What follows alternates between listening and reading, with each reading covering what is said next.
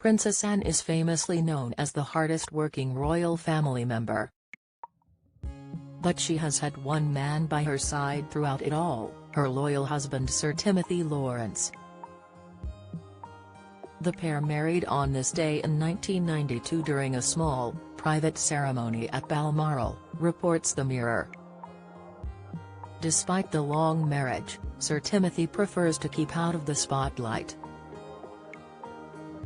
He is a non-working royal, and has no title. Read on below to find out more. Anne and Sir Timothy's early days. Sir Timothy was born in Camberwell, London, in March of 1955, meaning he is 5 years younger than Anne, who was born in 1950. Tim attended Durham University, where he earned a degree in geography and edited student newspaper Palatinate. He then attended the Royal Naval College in Dartmouth, and served for years on many ships, including the Royal Yacht Britannia, earning the rank of commander. In 1986, Sir Tim was appointed as an equerry to the Queen, meaning he was a personal assistant to the monarch, after his work in the armed forces. It is during this time that it is believed he met his future wife, Anne.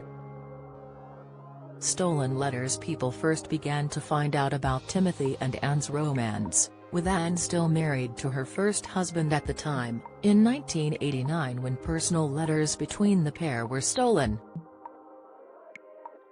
A newspaper reported on the letters at the time, but did not reveal who had sent Anne those letters. The Buckingham Palace later confirmed that they were from Sir Tim, as they issued a statement saying, the stolen letters were addressed to the Princess Royal by Commander Timothy Lawrence, the Queen's equerry. We have nothing to say about the contents of personal letters sent to Her Royal Highness by a friend which were stolen and which are the subject of a police investigation.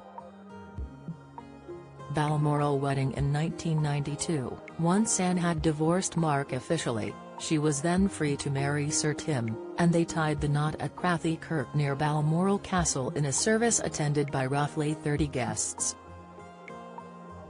The late Queen and Prince Philip attended, as well as Anne's children Peter Phillips and Zara Tindall. At the wedding, Anne wore a high-neck white midi dress instead of a traditional wedding gown, with a posy of heather and flowers in her hair. The couple then settled and still live together on the Gatcombe estate in Gloucestershire, close to both Peter as well as Zara and her husband, Mike Tindall. Special privileges. Despite being a non-working royal, Sir Tim holds a special place within the royal family, and the late Queen was seemingly fond of him. While he didn't receive a royal title when he was married to Anne, he has since been made a Knight Commander of the Royal Victorian Order and was also a personal aide-de-camp to the late Queen. At the time of the late Queen's Platinum Jubilees celebrations, Sir Tim was also given special permission to join the family on the Buckingham Palace balcony following the Trooping the Colour. It had previously been announced that the Queen would only allow working royals to join her for the flypast, but made a special exception for Sir Tim, 2 of her grandchildren and 3 of her great-grandchildren. A palace spokesman explained the decision and said, in addition, the Cambridge and Wessex children, also expected to appear, as is Sir Tim Lawrence, who the Queen is happy to attend as a frequent attendee and support for the Princess Royal on official engagements. Invisible support during royal engagements. This is where Sir Tim gives his most support to Princess Anne, as some even describe him as invisible. Sir Tim also stands in for Anne on trips, as he had people in stitches of laughter during the Founders' Day at the Royal Hospital Chelsea in 2022. Giving the speech, he joked, "Asking me to stand in for my wife at an event like this is a bit like asking Mrs. Harry Kane to lead the England football team out. Or, possibly, to take a penalty for England as her husband did the night before last." I don't know Mrs. Kane, and for all I know she may well have a very strong right foot, but in any case I'm sure she'd do her best, and so will I."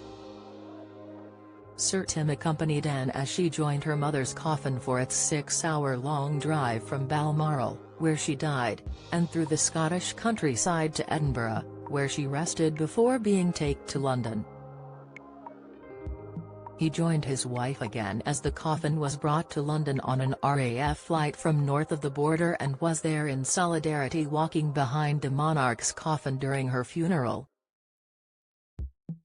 Join the Daily Record WhatsApp community. Get the latest news sent straight to your messages by joining our WhatsApp community today. You'll receive daily updates on breaking news as well as the top headlines across Scotland. No one will be able to see who is signed up and no one can send messages except the Daily Record team. All you have to do is click here if you're on mobile, select Join Community and you're in. If you're on a desktop, simply scan the QR code above with your phone and click Join Community.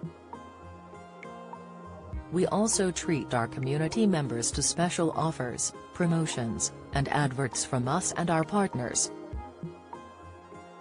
If you don't like our community, you can check out anytime you like. To leave our community, click on the name at the top of your screen and choose Exit Group.